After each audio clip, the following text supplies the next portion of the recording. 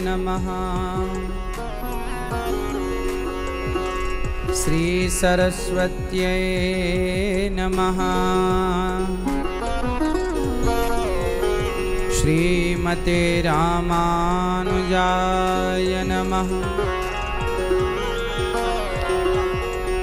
नारायणं नमस्कृत्य नरं चैव नरोत्तमं देवीं सरस्वतीं व्यासं ततो जयमुदीरयेत्।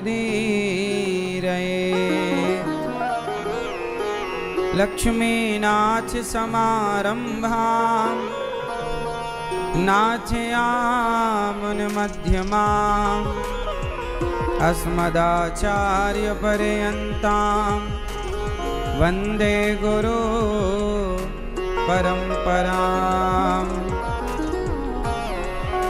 जय जय श्री राधारमण, जय जय नवल किशोर, जय गोपी चित्तचोर प्रभु, जय जय माखन चोर। जय जय माखन चोर।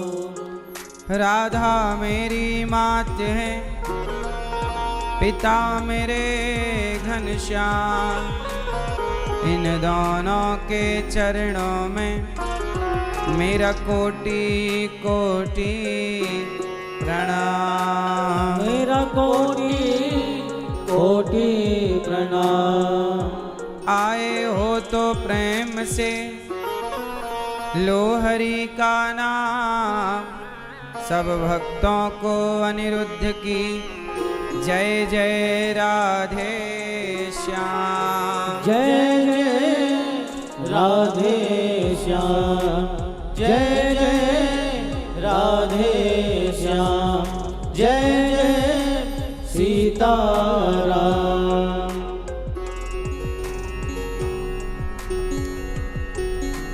दीवानी बन जाऊंगी, मस्तानी बन जाऊंगी, दीवानी बन जाऊंगी, मस्तानी बन जाऊंगी। किसकी? कान्हा की दीवानी बन जाऊंगी, मोहन की दीवानी बन जाऊंगी।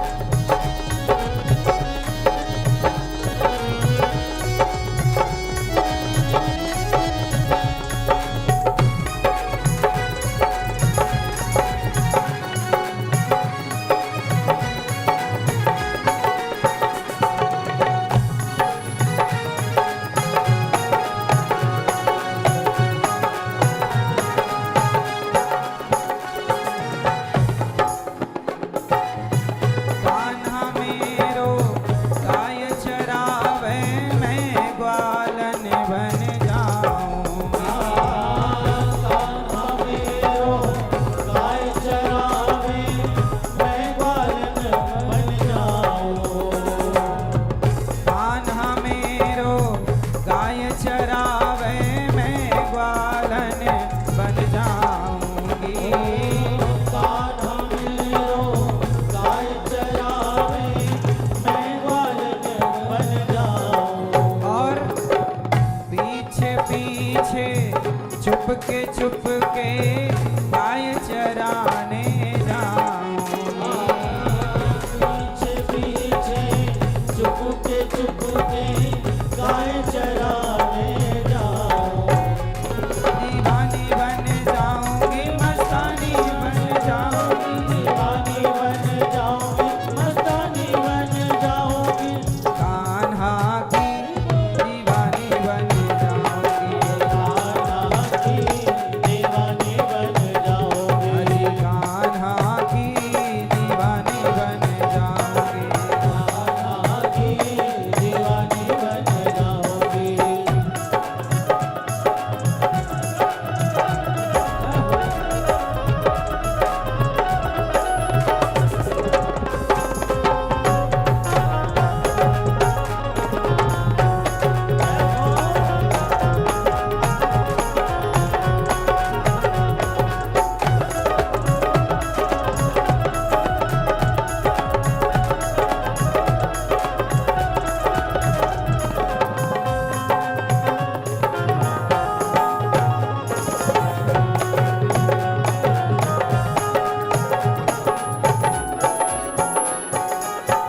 कान्हा मेरो यमुना नहावे मैं मछली बन जाऊंगी। कान्हा मेरो यमुना नहाए मैं मछली बन जाऊं। देखो ये एक भक्त का भाव है कि भगवान कभी यमुना नहाएंगे तो मैं मछली ही बन जाऊं, क्योंकि मछली पानी में रहती है और भगवान जब नहाएंगे तो क्या होगा, मैं मछली बनूंगी तो क्या। कान्हा मेरो यमुना नहावे मैं मछली बन जाऊंगी। कान्हा मेरो यमुना नहाए मैं मछली बन जाऊं। और चरणों से मैं ऐसे लिपटूं जीवन सफल बनाऊंगी। चरणों से मैं ऐसे लिपटूं जीवन सफल बनाऊं। चरणों से मैं ऐसे लिपटूं जीवन सफल बनाऊंगी। चरणों से मैं ऐसे लिपटूं जीवन सफल बनाऊं। दीवानी बन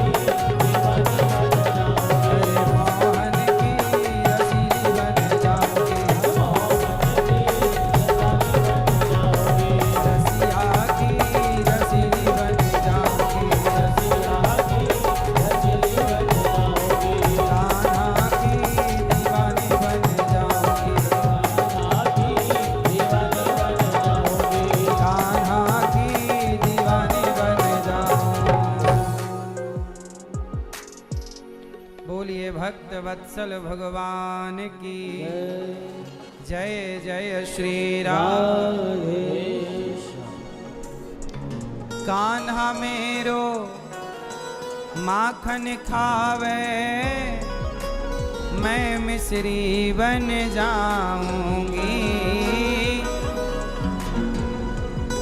कान्हा मेरो माखन खावे मैं मिश्री बन जाऊंगी।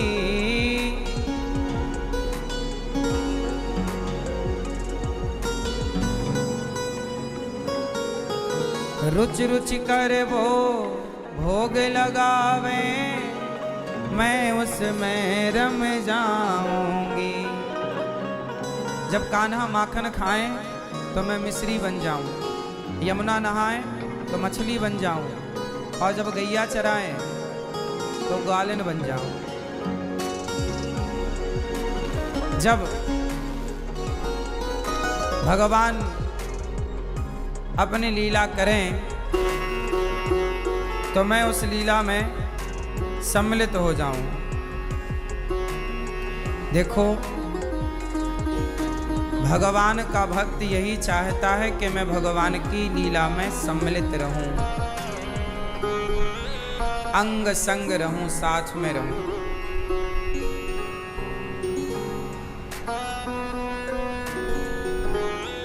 आप लोग बड़े भाग्यशाली हैं कि भागवत की इस तरह की गंगा में आप सब डुबकी लगा रहे हैं और जीवन को कृतार्थ कर रहे हैं।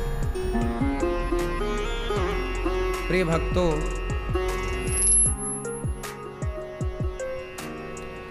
आप सब कथा का रसपान कर रहे हैं सत्संग टीवी पर, श्रद्धा टीवी पर, साधना टीवी पर। कथा की गंगा आप सबको घर बैठे भी मिल रही है और यहाँ बैठे भी मिल रही है। आए हुए सभी भक्तों को जय श्रीमन नारायण, जय श्री कृष्णा, राधे राधे, जय श्री सीताराम, जय गौरी गोपाल। बहुत बहुत स्वागत आपका। आप सभी भक्तों का खूब खूब स्वागत, वंदन, अभिनंदन। भाई सिस्टम ठीक कर लो जल्दी, सतीश ठीक करो उसको, कम करो, ये बंद पड़े हैं क्या? आवाज कम है, इनमें ठीक करो। प्रिय भक्तों, भागवत की कथा जो आप सब सुन रहे हैं, यह कथा बड़े भाग्य से भगवान की कृपा से ही प्राप्त होती है। बिना कृपा के भगवान की कथा नहीं मिलती। आप सब बड़े भाग्यशाली हमारे परीक्षित बन के मैया श्रीमती मीरा देवी। ए भैया, इनको पढ़ा लो, क्या कर रहे हो?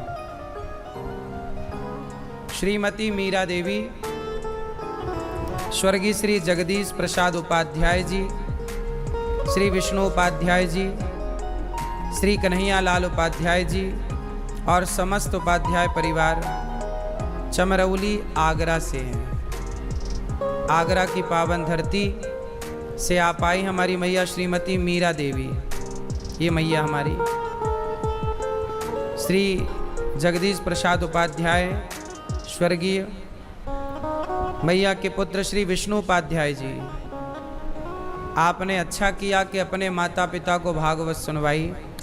जो बेटा अपने माँ बाप को भागवत सुनवाता है, जो बेटा अपने माँ बाप के लिए कार्य करता है, जो बेटा अपने माँ बाप के लिए कदम बढ़ाता है, भगवान उसके लिए सैकड़ों कदम बढ़ा के आगे आते हैं कि भाई तुमने अपने पुत्र धर्म का कर्तव्य पूरा किया, पालन किया, तो मैं भी अपना कर्तव्य पूरा करूँगा और मैं भी, तुमने अपने माँ बाप को सुख दिया है तो मैं भी तुम्हें सुख दूंगा। भगवान अपने भक्त को सब कुछ देते हैं। किस भक्त को? उस भक्त को जो भक्त अपने माँ बाप के लिए समर्पित रहता है। समर्पण बहुत बड़ी चीज़ है। समर्पण चाहे भगवान में हो, चाहे माँ बाप में हो, चाहे भाई में हो, चाहे समाज की सेवा में हो, काम सब जगह समर्पण ही आता है। तो आप सब बड़े भाग्यशाली हैं कि आप सबने भागवत सुन करके अपने पूरे पूर्वजों को कृतार्थ किया।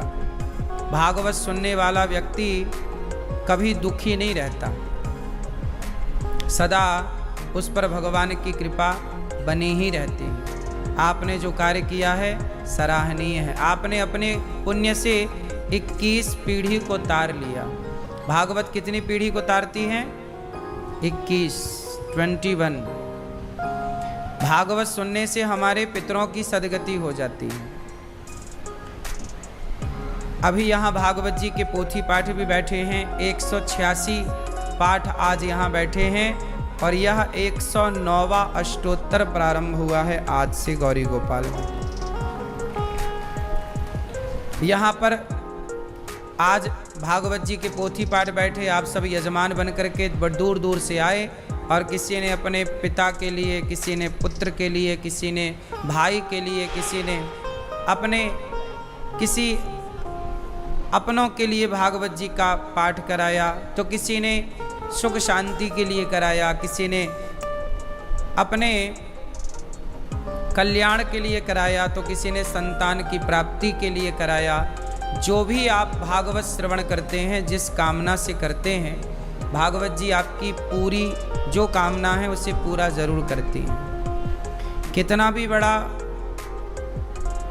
पापी हो, भागवत सुनने से तर ही जाता है। कोई भी कामना हो, कोई पूरी करे ना करे, पर भागवत जी आपकी कामना जरूर पूरी करती हैं। इसलिए कामनाओं को लेकर भी यदि आप बैठे हैं तो भागवत जी आपकी समस्त कामनाओं को पूरा करती हैं। जीवन में भागवत अवश्य सुनना चाहिए। इसी बात को आपने सिद्ध किया है, सार्थक किया है। प्रिय भक्तों, आप लोग भी अपने पितरों के लिए भागवत जी का पाठ कराना चाहें तो 6 जून से लेकर 12 जून तक फिर भागवत जी के यहाँ पर पोथी पाठ बैठेंगे। आप भी अपने पितरों के लिए, पूर्वजों के लिए कार्य कर सकते हैं। हमारे श्री वासुदेव, कृष्णा, शिवराम, कोकिला, शांतिबाई, गीता देवी, सांगोले समस्त परिवार तिमरनी हरदा MP से हैं। आपने यहाँ गौरी गोपाल आश्रम की सेवाओं को देखकर वृद्ध माओं के लिए, संतों के लिए आपने 2 लाख रुपए का सहयोग किया है। एक बार ताली बजा करके पूरे परिवार का धन्यवाद करते हैं।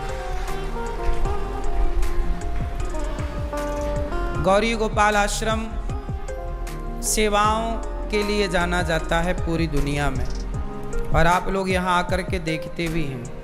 आओ अब कथा की गंगा में डुबकी लगाते हैं और प्रेम पूर्वक अपने आप को भगवान की चर्चा से जोड़ते हैं। भागवत 18,000 श्लोकों का ग्रंथ है। भागवत जी कितना विशाल ग्रंथ है। कितने श्लोक हैं? कितने श्लोक हैं भैया? सब चालू है? चेक करो, सब चालू है। कितने श्लोक हैं भागवत जी में? 18,000, 335 अध्याय हैं। भागवत जी में 12 स्कंध, 12 स्कंध। भागवत किसने सुनाई थी सबसे पहले? भागवत किसने किसको सुनाई सबसे पहले? पता है आपको? क्यों मैया? भागवत किसने सुनाई, किसको सुनाई? सबसे पहले भगवान नारायण ने ब्रह्मा जी को सुनाई। भागवत सबसे पहले किसने किसको सुनाई? भगवान श्रीमन नारायण ने किसको सुनाई? ब्रह्मा। ब्रह्मा कौन है? भगवान के पुत्र हैं। नारायण के पुत्र कौन? ब्रह्मा। तो सबसे पहले भगवान ने अपने पुत्र ब्रह्मा को सुनाई। फिर ब्रह्मा जी के पुत्र हैं नारद, तो फिर ब्रह्मा जी ने नारद जी को सुनाई। फिर नारद जी ने वेदव्यास जी को सुनाई। फिर वेदव्यास जी ने अपने पुत्र शुकदेव जी को सुनाई। इससे ये अर्थ निकला कि आप हर माँ बाप का परम धर्म, परम कर्तव्य है कि आप लोग अपने पुत्र को भागवत जरूर सुनवाएं। क्या सुनवाएं? किसको सुनवाएं? आप अपने पुत्र को भागवत जरूर सुनवाएं। क्यों? स्कूल में शिक्षा है। स्कूल में क्या है? क्या है? स्कूल में शिक्षा है, पर भागवत में संस्कार हैं। बच्चे स्कूल से शिक्षा पाएं और भागवत से संस्कार पाएं, बैलेंस बना रहेगा। अभी क्या है? शिक्षित तो है समाज, पर संस्कारहीन है। आज की समाज कैसी है? शिक्षित तो है पर संस्कारहीन है। संस्कार क्यों नहीं आए? क्योंकि आपने शिक्षा तो दी, भागवत नहीं सुनवाई। 7 दिन आप भागवत सुनेंगे, निरंतर आप भागवत सुनेंगे, गारंटी मेरी है। देखो, जो भागवत सुनता है उसके जीवन में संस्कार आ ही जाते हैं। भागवत सुनने वाला व्यक्ति कभी चोरी नहीं करता। अब देखो, कितने लोग ऐसे हैं जो पहले मांस खाते थे, शराब पीते थे, गलत काम करते थे। भागवत सुनने के बाद उन्होंने मांस खाना छोड़ दिया, शराब पीना छोड़ दिया। ये परिवर्तन कोई डॉक्टर तो नहीं ला सकता था ना। आपको मांस खाना छुड़वाने का काम ये डॉक्टर तो नहीं कर सकता था। शराब पीते पीते आदमी बुढ़ा हो गया, डॉक्टर तो नहीं छुड़वा सकता। लेकिन कथा में आप केवल बैठ जाओ, कितने लोग, एक दो नहीं, लाखों लोग ऐसे हैं इस देश में। आप में से शायद कोई यहाँ बैठा भी हो जिसने कथा सुन करके शराब छोड़ दी हो। है कोई आप में से ऐसा जिसने कथा से शराब छोड़ी हो? ये देखो, 4 हाथ, 5 हाथ उठ गए, यहाँ 6।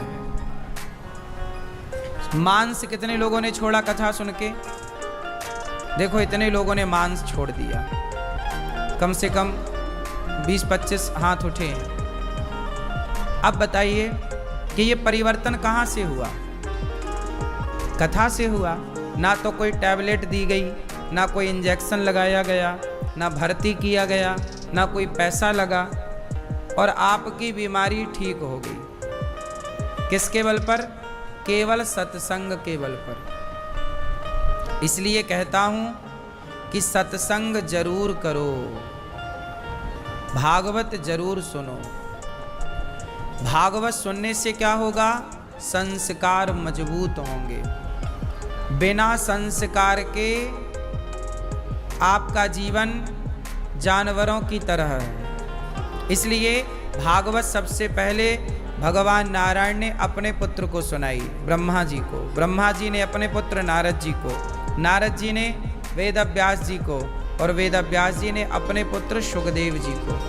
वही सुखदेव जी ने राजा परीक्षित को भागवत सुनाई, और जब राजा परीक्षित को भागवत सुनाई गई तो 7 दिन में राजा परीक्षित जी का उद्धार हो गया। राजा परीक्षित जी को क्या प्रॉब्लम थी? श्राप लगा हुआ था, 7 दिन में मरने का श्राप था। राजा परीक्षित जी को कितने दिन में मरना था? क्यों? ओ पंचायती मैया, राजा परीक्षित को कितने दिन में मरना था? कितने दिन में? 7। जिसे 7 दिन में मरना हो वो क्या करे? सोचिए, राजा परीक्षित जी के पास केवल 7 दिन थे। भागवत सुनी, उन 7 दिनों में जो काम सारी उम्र में ना कर पाए वो काम 7 दिनों में हो गया। आप सारी पढ़ाई पढ़ लो, सारी जिंदगी पढ़ो, सारी जिंदगी में जो ना सीख पाओगे वो 7 दिन की कथा में सीख जाओगे। ये कथा का प्रभाव है।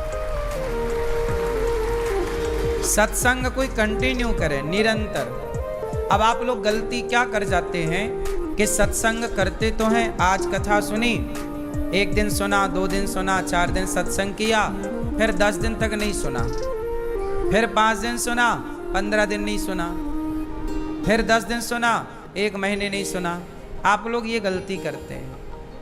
बताओ, आज हमने भोजन किया, अब 4 दिन नहीं करेंगे, कैसा है? आज हमने पानी पी लिया, अब 4 दिन नहीं पिएंगे, कैसा है? पानी रोज पीना पड़ता है, भोजन रोज करना पड़ता है। शरीर की जरूरत भोजन है, शरीर की जरूरत पानी है या नहीं? क्या बिना पानी और बिना भोजन के शरीर चलेगा? उत्तर दो। जैसे पानी और भोजन शरीर की आवश्यकता है, उसी तरह मन की, बुद्धि की, आत्मा की आवश्यकता सत्संग है। शरीर को रोटी चाहिए, फल चाहिए, दाल सब्जी सलाद चाहिए। ऐसे ही आत्मा को, मन को, बुद्धि को सत्संग चाहिए। सत्संग क्या होगा? सत्संग करने से, सत्संग करने से मन शांत होता है। मन शांत होगा तो आत्मा को शांति मिलेगी, बुद्धि को शांति मिलेगी, चित्त को शांति मिलेगी। अब क्या है, रोटी खा के शरीर तो शांत हो जाता है, लेकिन आपने शरीर का आहार तो दिया, पर मन और आत्मा का आहार आपने दिया ही नहीं। समझो ना, शरीर का आहार है भोजन, और आत्मा और मन का आहार है भजन। भोजन भजन, बोलो भोजन भजन, भोजन भजन। भोजन में लगी है मात्रा। बताओ, भोजन में कौन सी मात्रा लगी है? ओ की मात्रा। भा में ओ की मात्रा, भो मात्रा लगी है। भोजन में लगी है मात्रा, जबकि भजन में कोई मात्रा नहीं है। भजन है कोई मात्रा। इसका मतलब है कि भोजन करो तो मात्रा से करो।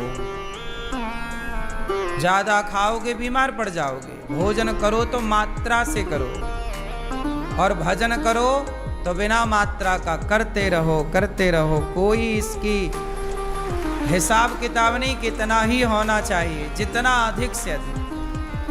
भोजन अधिक कर लोगे मर जाओगे, बोलो हाँ। पर भजन अधिक कर लोगे तो तर जाओगे। ज्यादा खाओगे तो मर जाओगे, और भजन को ज्यादा किया तो तर जाओगे। अच्छा, भजन करने से क्या होता है? कथा सुनो। कथा सुनना ही भक्ति है। भक्ति का मतलब क्या है? माला जप रहे हैं, ये भी भक्ति है।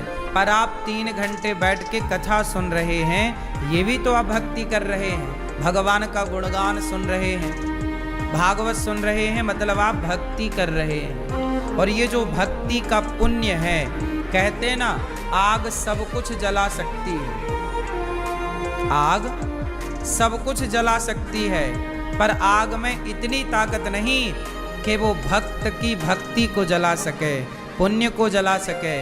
आपका पुण्य, आपने जो पुण्य किया, किसी भूखे को आपने रोटी खवा दिया, प्यासे को पानी पिला दिया, ये पुण्य हो गया। आग के पास इतनी ताकत नहीं है कि वो आपके पुण्य को जला सके। जब आप मरोगे तो आपका शरीर जलेगा चिता पर आपके शरीर से किया गया पुण्य अमर हो जाएगा, उसे आग नहीं जला पाएगी। जो आप भक्ति करोगे, सत्संग करोगे, कथा सुनोगे, वह अमर है, उसे कोई आग कभी नहीं जला सकती। इसलिए तो कहते हैं कि भजन करो, भजन करो मस्त जवानी में बुढ़ापा किसने देखा।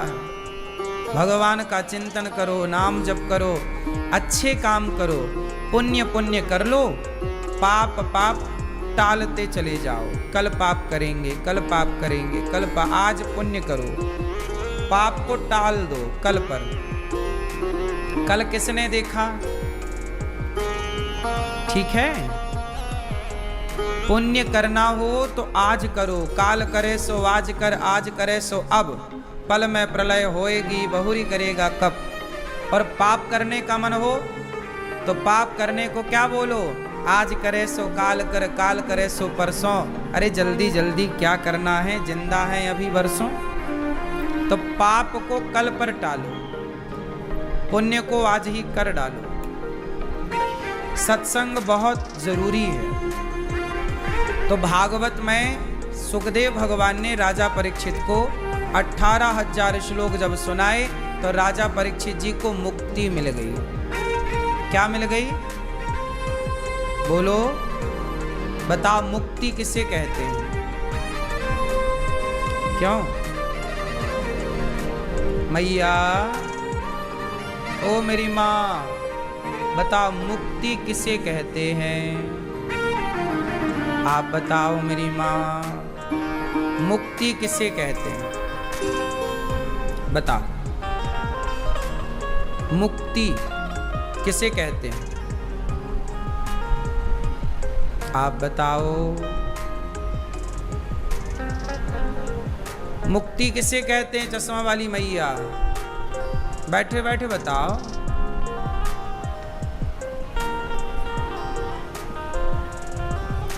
अच्छा, मुक्ति मरने के बाद मिलती है कि जिंदा भी मिल सकती है? जिंदा में मिल सकती है? तो सुनो, जिसे जिंदा में मुक्ति मिलती है उसी को मरने के बाद भी मुक्ति मिलती है। जो जीते जी मुक्त ना हो सका वो मरने के बाद क्या मुक्त होगा? इसलिए मरने के बाद की मुक्ति तो मिलेगी। पहले कौन सी मुक्ति? हाँ हाँ,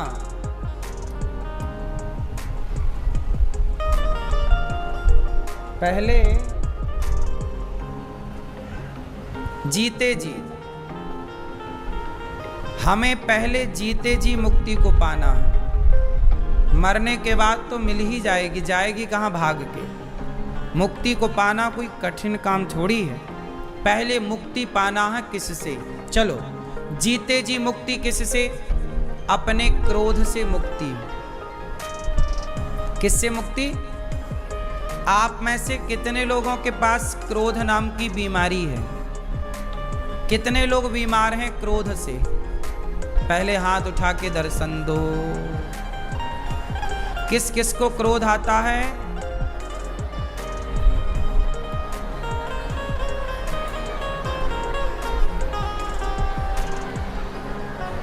देखो, बातें चालू हो गई, पंचायत करा लो बस। किस किस को क्रोध आता है, इतना ही तो पूछा है हमने। अच्छा, आपको क्रोध नहीं आता? और आपको? तो हाथ उठाओ ना मस्त। हमें मुक्ति चाहिए क्रोध से। किससे चाहिए? क्योंकि ये क्रोध नाम की जो बीमारी है ये हमारा बहुत नुकसान करता है। करता है कि नहीं? क्रोध आता है और गुस्से में हम आपको उल्टा सीधा बोल देते हैं और सारी जिंदगी के बने बनाए रिश्ते 1 मिनट में खत्म। बोलो हाँ, केवल क्रोध के कारण। इसलिए हमें क्रोध पर कंट्रोल, क्रोध से मुक्ति चाहिए। पहली मुक्ति क्रोध से, दूसरी मुक्ति लोभ से। हमारे भीतर क्या है? अधिक मात्रा में क्या है? लोभ। क्या है? अच्छा, लोभ होना गलत नहीं है। इतना लोभ हो कि रोटी कपड़ा मकान हमारे पास हो। कितना मेरी माँ? आपके पास बढ़िया घर हो, आपका रहने को, खाने को बढ़िया रोटी हो, पहनने को कपड़े हो। रोटी कपड़ा मकान की व्यवस्था भगवान करे सबके पास हो। परंतु इससे ज़्यादा जो हम लोग लोभ करते हैं, यही लोभ हमें कष्ट देता है। अब हम लोगों के पास लोभ क्या रहता है? हमारी बड़ी गाड़ी हो, बड़ा बंगला हो, बड़ा नाम हो, बड़ी इज्जत हो। इस चक्कर में पड़ तो जाओ और पा भी लो। चलो, पैसा भी पाओ, पद भी पाओ, प्रतिष्ठा भी पाओ, गाड़ी बंगला सब मिल जाएगा। पर सब पाके भी क्या मिलना है? सब लोग हमारी तारीफ करेंगे, इससे क्या हो जाएगा? क्या हो जाएगा? सब आपकी वाह वाह, जय हो जय हो जय हो, क्या होगा इससे? आजकल दुनिया वाह वाही में जीती है। सबको वाह वाही चाहिए, सबको पद चाहिए, पावर चाहिए। पर क्यों भूल जाते हो कि मनमोहन सिंह जी तो देश के प्रधानमंत्री थे ना। प्रधानमंत्री होने के बाद भी आखिर उन्हें मरना पड़ा कि नहीं? आप पद पालोगे तो अमर थोड़ी हो जाओगे। वो तो प्रधानमंत्री थे, फिर भी ना बुढ़ापा आया, व्हील चेयर पर चलना पड़ा उन्हें आखिरी के दिनों में। तो कर्म दंड तो हर व्यक्ति को, चाहे प्रधानमंत्री हो, राष्ट्रपति हो, रिक्शा वाला हो, आम आदमी हो, आप हो, हम हो, साधु हो, गृहस्थ हो, कर्म दंड तो किसी का पीछा नहीं छोड़ते ना। पाए तो थे पद प्रतिष्ठा, पाके क्या पा गए? बोलो, उसी पद प्रतिष्ठा के लिए ना आदमी मरता है। बोलो मेरी मां, पाके क्या पा गए? बोलो। इसलिए आदमी केवल परेशान ही होता है। मैं परेशान होता रहूं, चलो मैं परेशान होता रहूं पैसे के लिए। टाटा जी कितने पैसे वाले थे। अभी टाटा जी अभी मृत्यु हो गई हमारे टाटा जी की। उनके जितना पैसा भला किसके पास होगा? लेकिन इतना पैसा पाके भी क्या पाए? अमर हो गए क्या?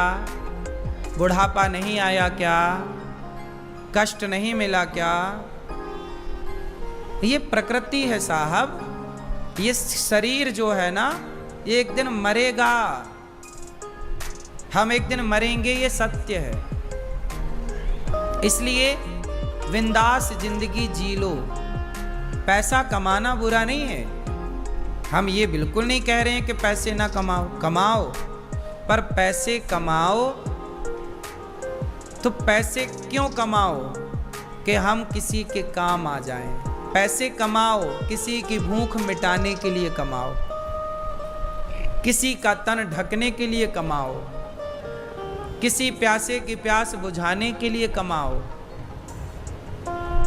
इसलिए पैसे ना कमाओ कि पैसे कमा के तुम एक बंदूक खरीदो और जाके ठाठा करके मार दो किसी को। भाई पैसे से रोटी भी आती है और बंदूक भी आती है। बोलो हाँ, फ्री में ना बंदूक मिलेगी ना रोटी मिलेगी। अब पैसे सब कमा रहे हैं। पैसे तो देखो हम भी कमाते हैं, लेकिन हम पैसे कमाते हैं और देखो गौरी गोपाल में हजारों लोग निःशुल्क पेट भर भोजन करते हैं। सबका प्रसाद चलता है, यहाँ रोटी बंटती है। तो पैसे कमाओ, हॉस्पिटल बनाओ, मरीजों की सेवा करो।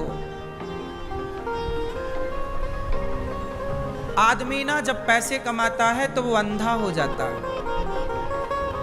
उसे पैसा दिखता है। अब ये बताओ कि जितने पैसे वाले हैं इनके पास क्या कमी है? ये अपने पैसे का क्या करेंगे भविष्य में? अरे ये अपने पैसे से स्कूल बनाएं, यूनिवर्सिटी बनाएं, हॉस्पिटल बनाएं, भूखे के लिए अन्न क्षेत्र चलाएं। यही ना पैसे का उपयोग है। कमा कमा के तो रख के टाटा जी भी चले गए, कमा कमा के रख के तो चले गए। कुछ हिस्से में उन्होंने पुण्य किया भी होगा, तो जो पुण्य किया होगा वो पुण्य उनके संग चला गया, बाकी तो सब यहीं धरा रह गया ना। कहते ना खाया पिया अंग लगेगा। खाया पिया, जोर से खाया पिया अंग लगेगा, दान दिया संग चलेगा और बचे खुचे में जंग लगेगा। यही रीति है। ये संसार की सत्यता यही है कि खाओ पियो अंग लगे, दान दो तो संग चले, और बचे खुचे पे अब देख लो।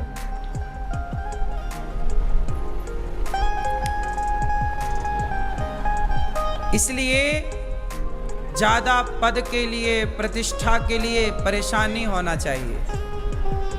जो मिल जाए काम करो, मेहनत करो, पैसे कमाओ, जितना मिल रहा है, जो प्राप्त है उसे पर्याप्त मान करके ईश्वर का धन्यवाद दो। जीवन में सुखमय जीवन जीना है तो। बात सही है कि गलत है? तो हम आपसे यही प्रार्थना करते हैं कि बस परेशान नहीं होने का। आप अमीर हैं तो भी परेशान मत रहिए, और गरीब हैं तो भी परेशान मत रहिए। जितना आपके पास है उसको पाकर ईश्वर की तरफ देखना चाहिए कि विधाता मैं तो इसके योग्य भी नहीं था, आपकी कृपा ने मुझे इस लायक बना दिया कि आज ये सब कुछ है। सबसे बड़ी दौलत क्या है? आप बताओ, सबसे बड़ी दौलत क्या है? बताओ, सबसे बड़ी दौलत क्या? सबसे बड़ी दौलत तो है, जैसा कि हर बार हम बताते हैं, संतोष। लेकिन यहाँ एक चीज और आपके लिए समझनी है, और वो केवल ये है कि सबसे बड़ी दौलत है आज्ञाकारी पुत्र और आज्ञाकारी पत्नी और चरित्रवान पुरुष। यदि आपका पति चरित्रवान है, जितनी स्त्रियां यहां बैठी हैं, आपका पति यदि चरित्रवान है, मतलब आपके सिवा वो किसी और स्त्री को नहीं देखता गलत नजर से। यदि आपका पति चरित्रवान है, आपकी पत्नी चरित्रवान है और आज्ञाकारी है, और आपका बेटा भी आज्ञाकारी है, बेटी भी आज्ञाकारी है, तो आप इस धरती में सबसे अमीर हैं। यदि आपकी पत्नी, पति, पुत्र ऐसे हैं, और आपका बेटा आज्ञाकारी ना हो, आपकी बेटी आज्ञाकारी ना हो, आप बुलाओ यहाँ, वो जाए वहाँ, तो फिर वो माँ बाप बड़े गरीब हैं जिसकी संतान आज्ञाकारी नहीं। इसलिए हम आपसे कहते हैं कि अमीरी पैसों से नहीं होती। चलो बताओ, धन किसे कहते हैं? ये दादाजी बताएंगे हमारे। धन किसे कहते हैं? आप हैं? क्या कह रहे हैं? धन किसे कहते हैं? सुनो, कोई कागज के टुकड़ों को धन कहता है, किसी के लिए पैसा धन है, बोलो हाँ। किसी के लिए जमीन जायदाद धन है, किसी के लिए सोना और चांदी धन है, बोलो हाँ। किसी के लिए गाय, घोड़ा, बकरा, बकरी धन है, किसी के लिए पेड़ पौधे धन है। क्यों? लेकिन सबसे बड़ा धन क्या है? चलो बताओ, लता जी के पास कौन सा धन था? वो ज्ञानी थी। किसका ज्ञान था? संगीत का। तो आपके पास संगीत का ज्ञान है, तो आप धनवान हो या नहीं? बोलो। यदि आपके पास धन है, अब किसी के पास, वो डॉक्टर है, अब डॉक्टर के पास क्या है? कुछ नहीं होता, वो आपका हाथ पकड़ता है बस यहां, बोलो हाँ। उसके पास धन क्या है? उसका ज्ञान, उसकी विद्या, डॉक्टर का धन है उसकी विद्या, इंजीनियर का धन है उसकी विद्या, संगीत लता जी का धन है उनकी विद्या, रफ़ी जी का धन है उनकी विद्या, हमारा धन है हमारी विद्या, आपका धन है आपकी विद्या। कुल मिलाकर के पैसे को धन नहीं कहते, बल्कि विद्या को ही धन कहते हैं। यदि आप विद्वान हैं तो आप धनी हैं। क्यों मेरी माँ? ये कागज के टुकड़े तो कमाया जा सकता है ना, यदि मेरे पास विद्या का धन है। बोलो, तो पैसे कमाए जा सकते हैं, जमीन जायदाद बनाई जा सकती है, और मेरे पास विद्या ही नहीं है, तो फिर कहां से कागज के टुकड़े आएंगे, कहां से जमीन जायदाद आएगी? क्यों मैया बात सही है? इसलिए पैसा धन नहीं है, बल्कि ज्ञान ही धन है। इसलिए बच्चों को ज्ञानी बनाओ। क्यों? टैलेंट, योग्यता, काबिलियत, यही ना धन है। अब मेरे से कुछ ना आए, मेरे से कुछ ना आए, तो जब कुछ नहीं आता मेरे से, तो ये पैसा भी कैसे आता मेरे पास? मेरे से कुछ आता है, इसलिए तो मेरे पास पैसा भी आता है। मेरे से कुछ नहीं आता, तो मेरे पास पैसा क्यों आता? इसका मतलब है पैसा बड़ा नहीं है साहब, मेरी काबिलियत, आपकी काबिलियत बड़ी है। कीमत पैसों की नहीं है। अच्छा डॉक्टर होगा, काबिल डॉक्टर होगा, तो आप उस डॉक्टर को 5,000 रुपया ज्यादा देने का बोल देंगे, भैया ज्यादा ले ले पैसा, आप अच्छे ठीक कर दो बस। हाँ या ना? फिर तो काबिलियत ना धन है। इसलिए आजकल के लोग पैसे को धन मानते हैं, हम लोग पैसे को धन नहीं मानते, हमारी तो विद्या ही हमारा धन है। बच्चों को पढ़ाओ, लिखाओ, काबिल बनाओ। काबिलियत, आपके पास नौकरी है, तो नौकरी दो तरह से होती है। एक तो नौकरी होती है कि आप में काबिलियत है तो आपको नौकरी मिली। जैसे ये कैमरामैन है भाई, इसको कैमरा चलाना आता है तो इसे काम मिला। कैमरा चलाना नहीं आता तो काम कैसे मिलता? तो इसको नौकरी मिली है इसकी काबिलियत के बल पर। बोलो हाँ, काम मिला है इसकी काबिलियत के बल पर। तो काबिलियत होनी चाहिए। यदि आप किसी के यहाँ काम भी करते हैं तो आप में काबिलियत हो। अब आपके अंदर काबिलियत कुछ नहीं है तो काम कहाँ करोगे? सामने वाला क्या कराएगा आपसे? कुछ काम देते हैं आपको, आप कर ही नहीं पाते। भाई आपकी खुद की काबिलियत क्या है ये बताओ। यदि आपके अंदर काबिलियत है तो आप जहां जाओगे वहां आप अपना कुछ करके दिखाओगे, पर आप कुछ भी नहीं कर पा रहे हैं तो फिर कितने दिन रहोगे? कौन कितने दिन रखेगा आपको? इसलिए आप किसी पर बोझ मत बनिए। आज हमारी जनता जो है, हमारे देश में 150 करोड़ लोग रहते हैं। 150 करोड़ लोगों में अधिक लोग कैसे हैं? बोझ बन के रहते हैं। किस पर बोझ हैं? अपने माँ बाप पर ही बोझ है। कुछ नहीं कमाते, कुछ नहीं करते, कुछ काबिलियत नहीं है, बाप के टुकड़ों पर पलते रहते हैं। पापा बच्चे की फीस भरनी है, जरा 3,000 रुपए दे दो।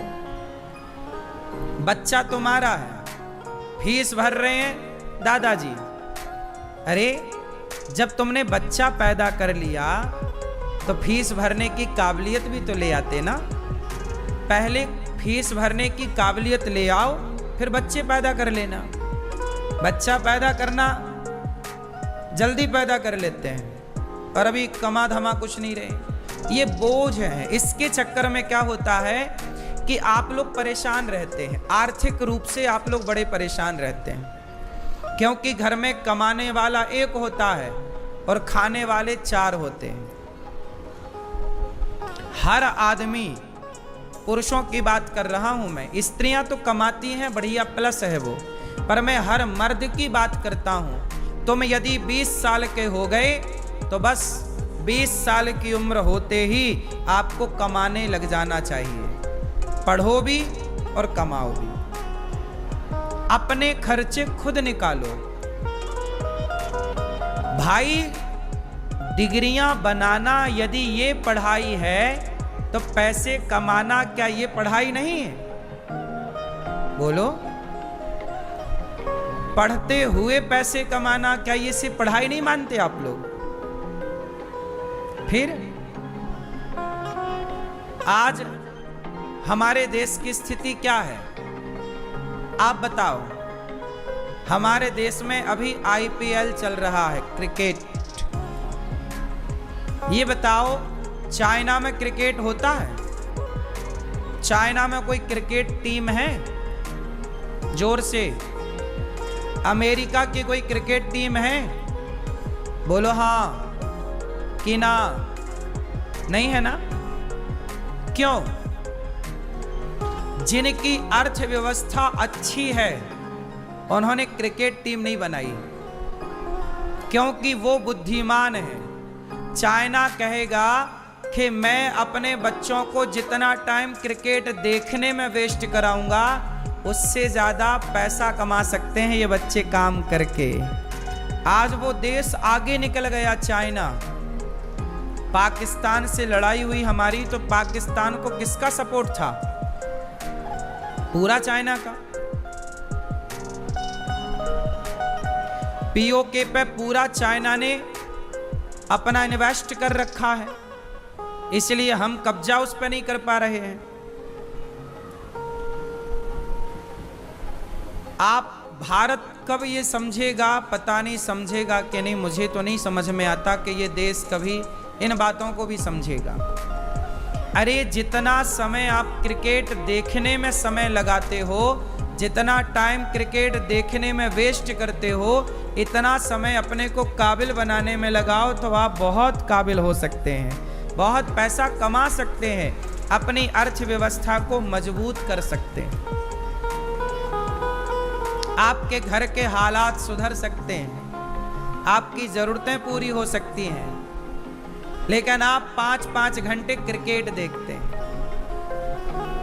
क्या फायदा है? पिछले साल भी तो क्रिकेट देखा था, क्या मिला था? उसके पिछले साल भी तो क्रिकेट देखा था ना, IPL, क्या पाए थे? इस साल भी देख रहे हो, क्या पाओगे? आप बताओ, क्रिकेट देख करके समय बर्बाद करना ज्यादा सही है कि उस समय को सार्थक बनाना सही है? क्यों बेटा, तुम बताओ, क्या करना चाहिए?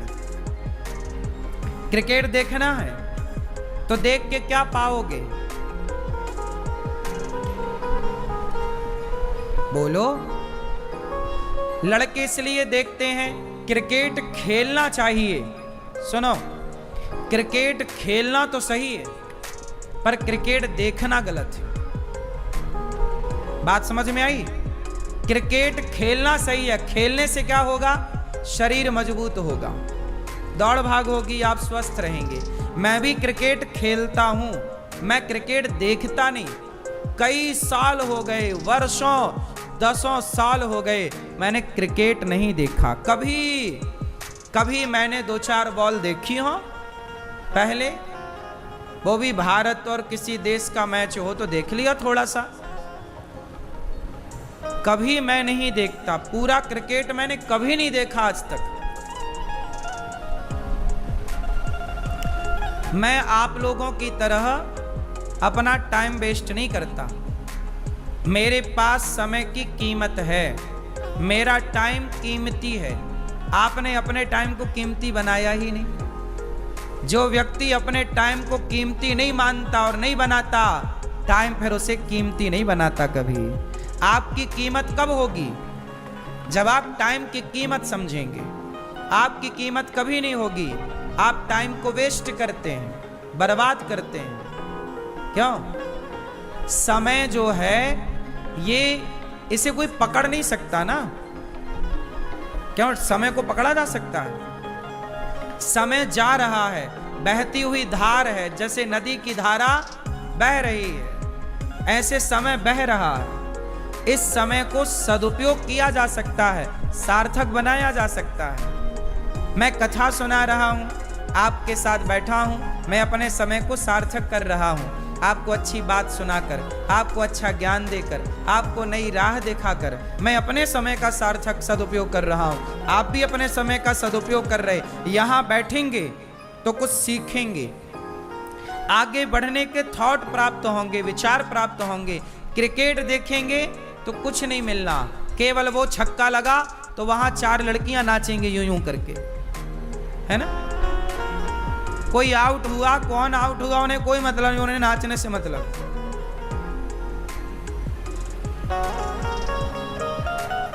इसलिए समझदार कौन? समय के पास इतना समय नहीं है कि समय आपको फिर से समय दे सके। समय के पास इतना समय नहीं है कि समय आपको फिर से समय दे सके। इसलिए जो समय मिला है उसे सार्थक कर लेना आपकी समझदारी है, और उसे बर्बाद कर देना आपकी सबसे बड़ी मूर्खता है। क्यों? समझ में आई? तो क्रिकेट देखना सही है या गलत है? जोर से। कितने लोग इसे सही मानते हैं और कितने लोग गलत, कितने लोग मानते हैं? क्रिकेट देख के समय बर्बाद करना कितने लोग इसे गलत मानते हैं?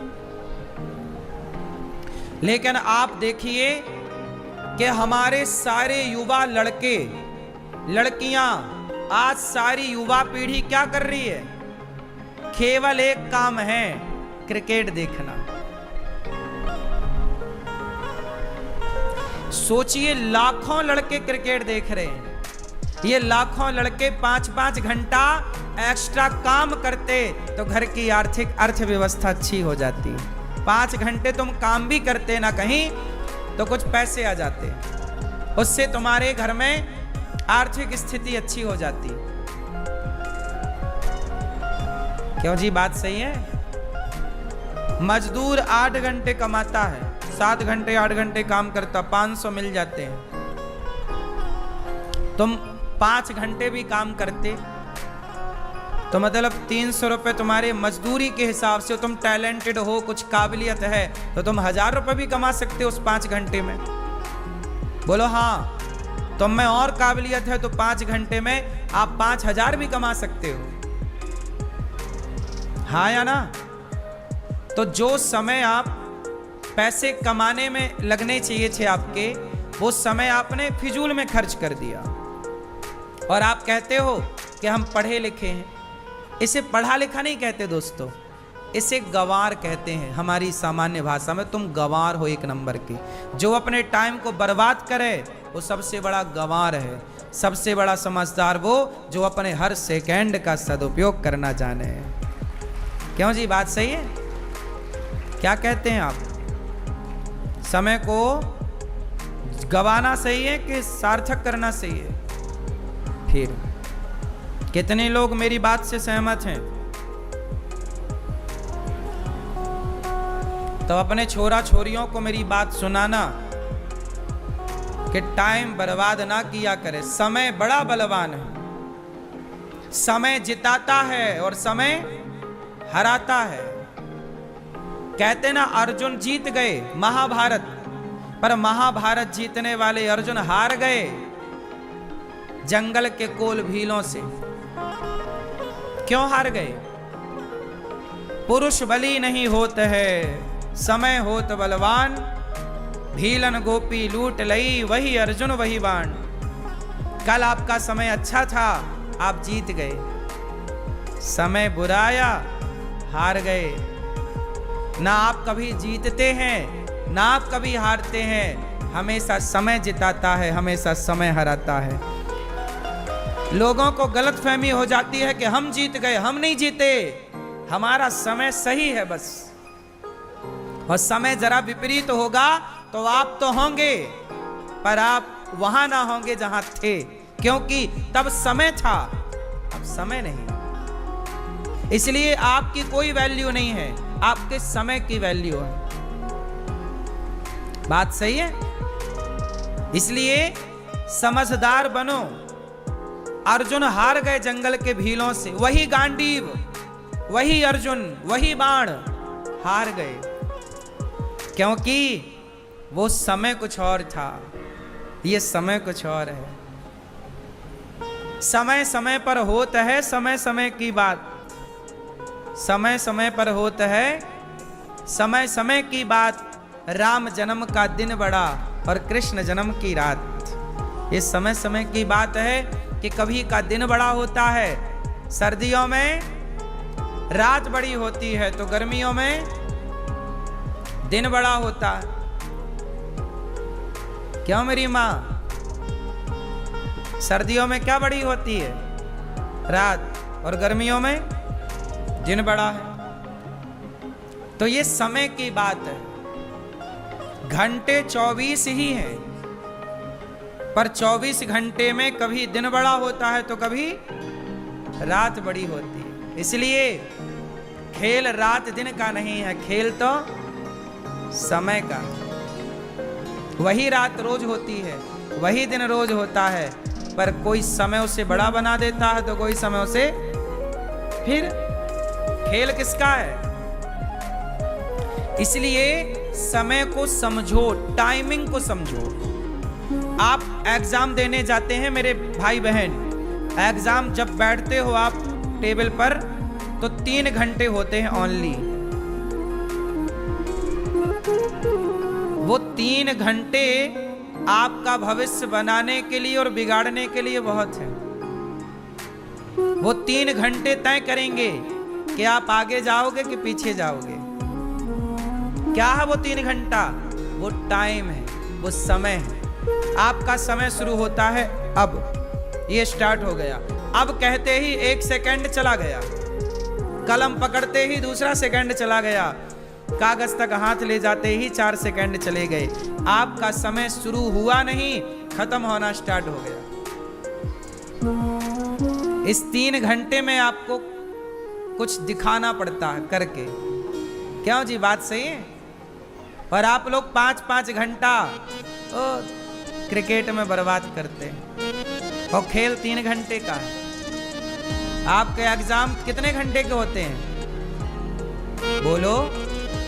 हर एग्जाम आखिरी में टाइम और कम हो जाता है, 2 घंटे के, 1-1 घंटा आखिरी में जब आप फाइनल पर पहुंच जाओगे, कोई एग्जाम देने जाओगे, अपना क्लियर करने जाओगे, तो फिर आपके पास 1 घंटा बचेगा मात्र, 60 सेकंड, 60 मिनट। टाइम कम टाइम पे ज्यादा। कौन बनेगा करोड़पति में क्या होता है? टिक टिक चलता, वो टाइम चलता है। उस टाइम पे आंसर दे पाए तो आप पास, वरना आउट। खेल क्रिकेट तुम देखते हो, आओ तुम्हें हम क्रिकेट समझाएं। क्रिकेट किसका होता है? खेल टाइमिंग का है। बॉल आई, टाइमिंग पे बैट चलाना है, टाइमिंग से जरा मिस हो गई, सीधे स्टंप पे जाके घुस जाती है, आउट। बॉल एक टाइमिंग पे मारना पड़ता है ना बैट से, बैट्समैन टाइमिंग। खेल किसका? क्रिकेट में टाइमिंग से बॉल पे पड़ गया तो छक्का चला गया, टाइमिंग से नहीं पड़ पाई तो कैच उठ गया, आउट। खेल किसका है? हर जगह खेल टाइम का है। बस इतनी सी बात तुम्हारी समझ में आ जाए, बस।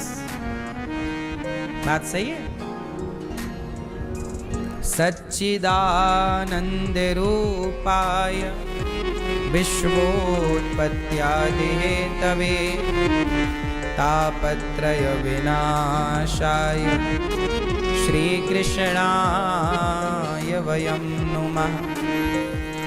सच्चित आनंद भगवान सच्चिदानंद स्वरूप हैं, विश्व की उत्पत्ति पालन संहार करने वाले, ऐसे भगवान को हम नमस्कार करते हैं। शुकदेव जी का जन्म हुआ। शुकदेव जी, अब देखो ये कथा है भागवत जी की।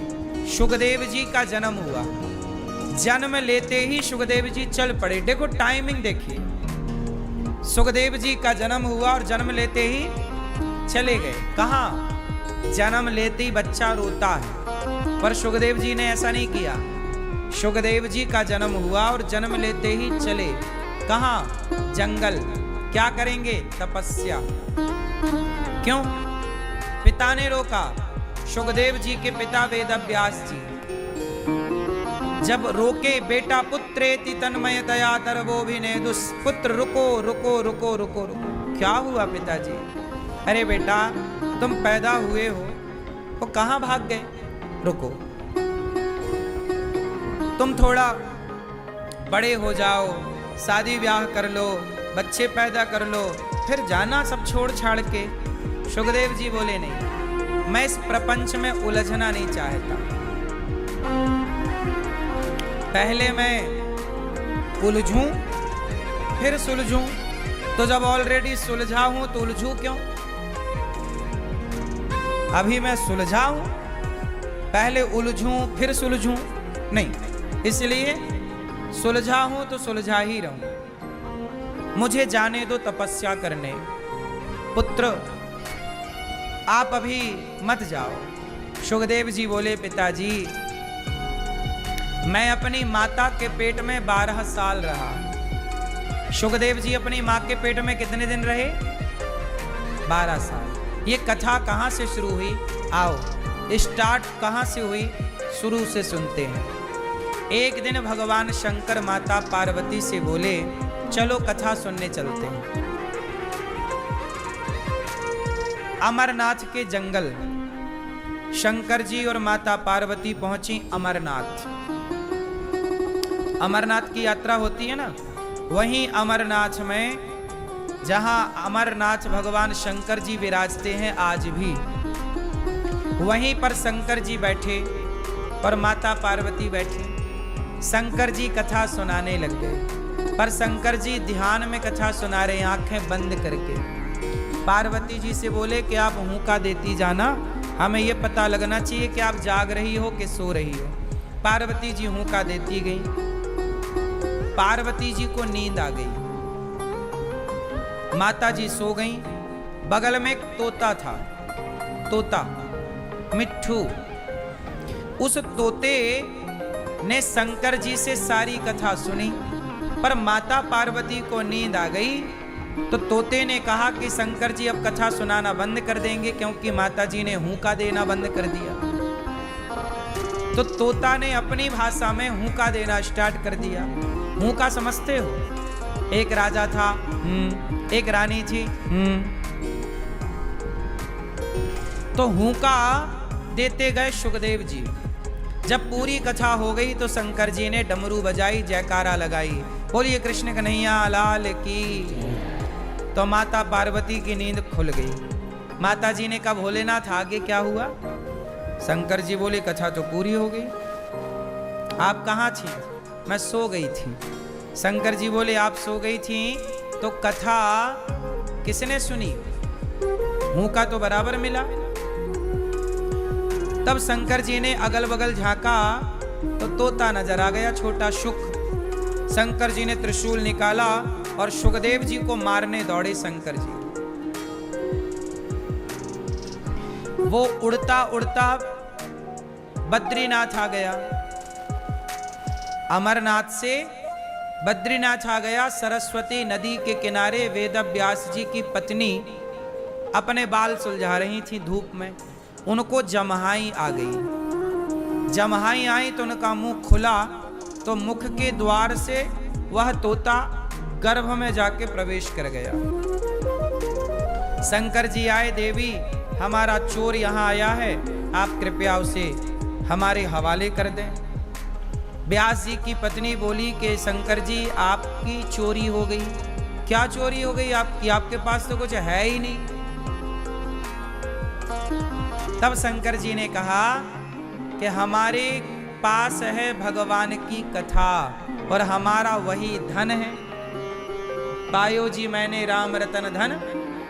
हम भक्तों के पास तो भगवान के नाम के अतिरिक्त, कथा के अतिरिक्त कोई धन दूसरा है ही नहीं। शंकर जी बोले हमारा धन चुरा लिया, कथा पीछे से सुन ली।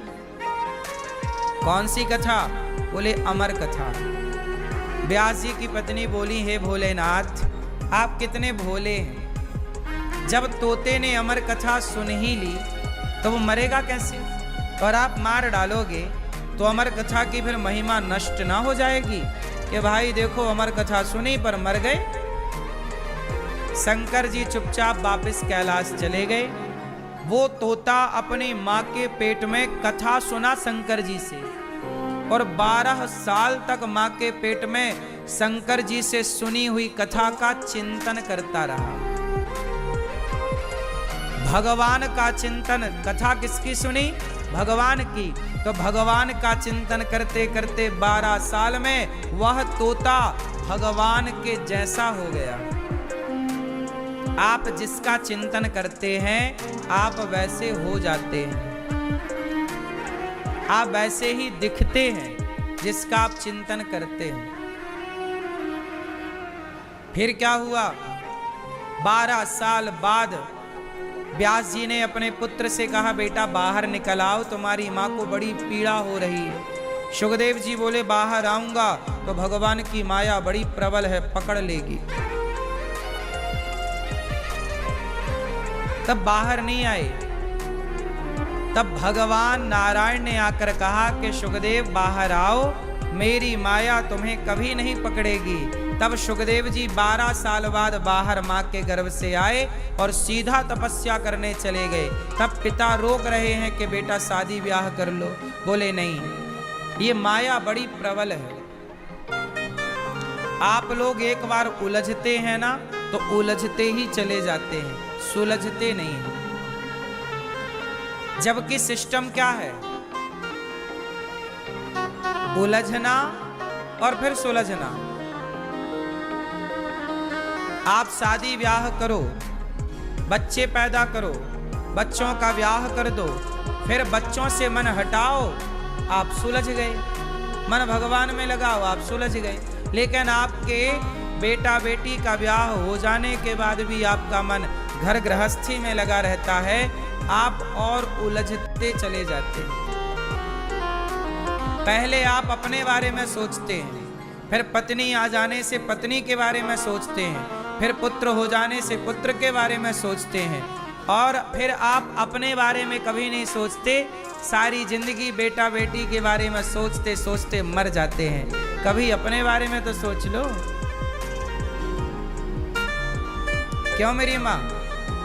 आज आप लोग किसके बारे में सोचते हैं? बोलो। अपने बच्चों के बारे में, अपनी बेटी के। जबकि आपकी बेटी का आपने ब्याह कर दिया, जबकि आपके बेटे का आपने ब्याह कर दिया, तो अब क्यों सोच रहे हो? अब तो आप अपने बारे में सोचो कि आपका कल्याण कैसे हो, आपका भला कैसे हो, आपका ईश्वर से संबंध कैसे जुड़े, आपका रिश्ता भगवान से कैसे जुड़े। आप अपने बारे में नहीं सोचते। बच्चों के बारे में सोच सोच के आप मर जाते हैं, अगला जन्म बिगाड़ लेते हैं, फिर आपको 84 का चक्कर मिलता है, फिर जन्म मृत्यु मिलती है। इसलिए हमने कहा कि पहले जीते जी मुक्त होना सीखिए, क्रोध से मुक्ति पाइए, लोभ से मुक्ति पाइए, अभिमान से मुक्ति पाइए। जब आप अभिमान को त्याग दोगे, क्रोध को त्याग दोगे, जब क्रोध और अभिमान से मुक्ति मिल जाएगी, पराई नारी पराई पुरुष से आप मुक्त हो जाओगे, वासनाओं से, तब आपको मरने के बाद मुक्त होने से कोई रोक थोड़ी सकता है। अभी आप लोग बेटा बेटी में उलझे पड़े हैं, जबकि बेटा बेटी का ब्याह हो गया, फिर भी आप मुक्त नहीं हो पा रहे, पोता पोती के बारे में सोच रहे हैं। काहे इतना प्रपंच पाल के रखते हो। मुक्ति अब नहीं तो कब? क्यों मैया बताओ? आप में से कितने लोग यहाँ ऐसे हैं जिनकी बेटी और बेटों का विवाह हो चुका है? जिनकी बेटी और बेटों का विवाह हो गया वो हाथ उठा के बताएं। बेटी बेटों का विवाह हो गया? हो गया। अब बताओ, अब आप मुक्त हो कि बंधे हो? तो मुक्ति पाओ ना, जिम्मेदारियां तो हो गई ना पूरी। बस अब बेटा बेटी अपना जाने, उनको सौंपो। चलो तुम जानो। सुनो, तुम बाप हो ना, तुम माँ हो ना, तुम्हें चिंता तो होती है बच्चों की, ठीक भी है। पर ये बताओ, तुम कितनी भी चिंता करो पर बेटा बेटी के भाग्य का सुख और दुख उन्हें ही भोगना पड़ेगा। तुम बाप होकर भी, तुम माँ होकर भी कुछ कर ना पाओगी। जनक जी तो इतने बड़े राजा थे, पर बेटी के भाग्य में दुख आया तो क्या जनक जी ने कुछ कर लिया? सीता माँ को दुख उठाना पड़ा कि नहीं? बोलो। राम के भाग्य में दुख आया तो क्या राम के पिताजी उसे मिटा पाए? मैं बाप हूं बच्चों का, माँ हूं बच्चों की। आप बाप हैं, आप माँ हैं, लेकिन माँ बाप होकर के भी क्या आप अपने बच्चों का दुख दूर कर सकते हैं? कर सकता हर बाप तो कोई बेटा दुखी ना होता। कर सकती हर माँ बच्चों का दुख दूर तो कोई बेटी। यदि बच्चों का भाग्य माँ बाप बनाते तो किसी बेटी और किसी बेटे के भाग्य में दुख ना होता। लेकिन तुम नहीं बनाते हो, ईश्वर बनाने वाला, और जो बनाया है उसे तुम बदल नहीं सकते। इसलिए चिंता त्याग कर भजन करो। शायद तुम्हारे पुण्य से, तुम्हारे ईश्वर की शरणागति से बेहतर हो जाए भाग्य बच्चों का। इसलिए ज्यादा टेंशन लेने का नहीं, परेशान होने का नहीं। हर व्यक्ति अपना भाग्य लेके पैदा होता। को ना काहू को सुख दुख कर दाता, निज कृत कर्म भोग सब भ्राता। मेरे भाग्य का सुख और दुख मुझे भोगना पड़ेगा। आपके भाग्य का आपको भोगना पड़ेगा। ना आपकी मां कुछ कर सकती है, ना बाप कुछ कर सकता। क्यों? कर सकता है कोई? कर सकता तो कर लेते ना साहब। भीष्म पितामह के भाग्य का दुख भोगना पड़ा बाणों की सैया पर लेटकर। माता सीता के भाग्य का दुख माता सीता को भोगना पड़ा। राम के भाग्य का दुख राम को भोगना पड़ा। बोलो हाँ। सुदामा के भाग्य का दुख सुदामा को भोगना पड़ा। फिर इसलिए बेटा बेटी को पढ़ाओ लिखाओ, शादी ब्याह करो और अपना मन हटा लो। सुलझ जाओ, उलझे ना रहो। तुम अपना मन लगा के तुम अपना नुकसान ही कर रहे हो। जितना मन अब बेटा बेटी से लगा है, इतना मन अब भगवान में लगेगा, तुम्हारा कल्याण हो जाएगा। सही है? अब बुढ़ापा ना बिगाड़ो। बहुत बिगाड़ लिया, 84 के चक्कर में बहुत उलझ गए। अब समय है सुलझने का। अब समय किसका है? अब सुलझो, अब उलझे ना रहो, अब लगाओ मन भगवान में। अब केवल भगवान के सिवा कोई ना। भगवान से संबंध, भगवान में लगन, अब कोई और सहारा नहीं। एक भगवान के सिवा कोई और ना हो। भगवान को देखने का मन हो, कन्हैया तुम्हें एक नजर देखना है। कन्हैया तुम्हें, अब देखो क्या हो मन, कहाँ हो मन? अब किसे देखना? बेटी को देख लिया। आप लोग क्या कहते? बेटी बहुत दिन से देखा नहीं, एक बार आ जाओ देख लें। पोता पोती को बड़े दिन से देखा नहीं, आज आओ देख लें। पोता पोती को देखने का जी करता है, तुम्हारा मन नहीं करता कि चलो वृंदावन चलें, भगवान को देख आवे। भगवान को देखने का मन नहीं करता ना? करो, मन को लगाओ, भगवान से अब तुम्हारा कल्याण है, बेटा बेटी से नहीं। कन्हैया तुम्हें एक नजर देखना है, जिधर तुम छिपे हो उधर देखना है, जिधर तुम छिपे हो उधर देखना है। कन्हैया तुम्हें किस किस को देखना है? किसे? बेटी को? कन्हैया तुम्हें एक नजर देखना है।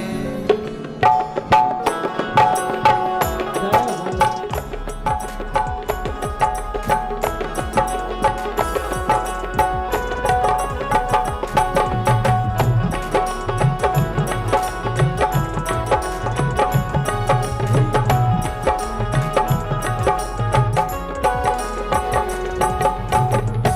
कन्हैया तुम्हें एक नजर देखना है,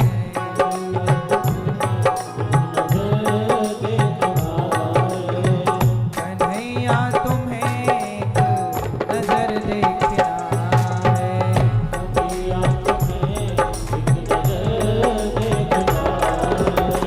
जिधर तुम छिपे हो उधर देखना है,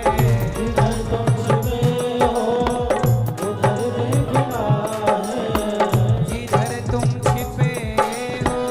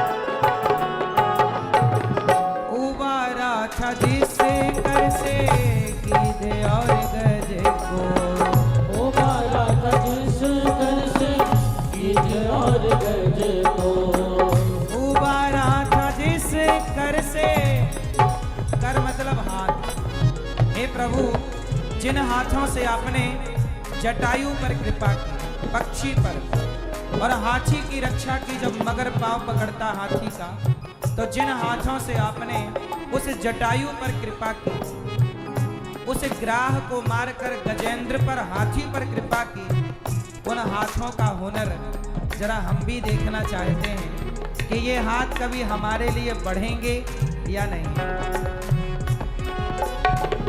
उबारा था जिस कर से कीधे और गजे को, उबारा था जिस कर से कीधे और गजे को, उबारा था जिस कर से कीधे और गजे को, उबारा था जिस कर से कीधे और गजे को, उबारा था जिस कर से कीधे और गजे को,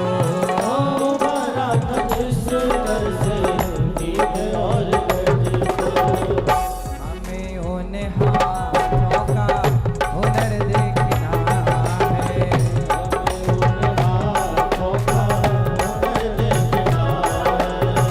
हमें उन हाथों का हुनर देखना है,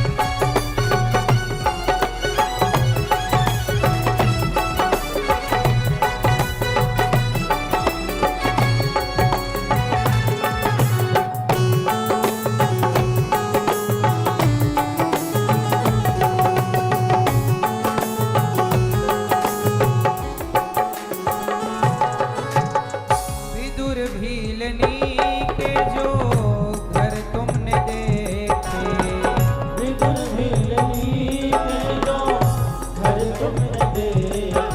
हे कन्हैया, भगवान विदुर जी के घर गए, भीलनी मतलब शबरी के घर गए, तो प्रभु से सवाल, प्रभु इस घर में कब आओगे? हे प्रभु, विदुर जी के घर गए तो इस घर में कब आओगे? विदुर भीलनी के जो घर तुमने देखे, विदुर भीलनी के जो घर तुमने देखे, विदुर भीलनी के जो घर तुमने देखे, विदुर भीलनी के जो घर तुमने देखे, विदुर भीलनी के जो घर तुमने देखे, विदुर भीलनी के जो घर तुमने देखे। तो तुमको हमारा भी घर देखना है, तुमको हमारा भी घर देखना है, तो तुमको हमारा भी घर देखना है, तुमको हमारा भी घर देखना है, जिधर तुम छिपे हो उधर देखना है, जिधर तुम छिपे हो उधर देखना है, कन्हैया तुम्हें एक नजर देखना है, या तुम्हें एक नजर देखना है, एक नजर देखना, एक नजर देखना, एक नजर देखना, एक नजर देखना, एक नजर देखना, कन्हैया तुम्हें एक नजर देखना है,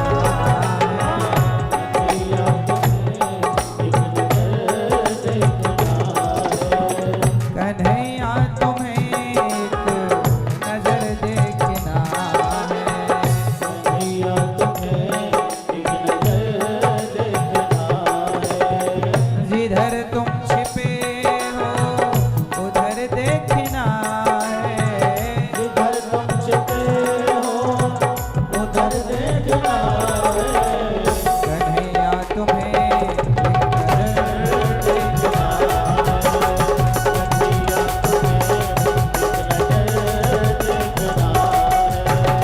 कन्हैया तुम्हें एक नजर देखना है, कन्हैया तुम्हें एक नजर देखना है, कन्हैया तुम्हें एक नजर देखना है।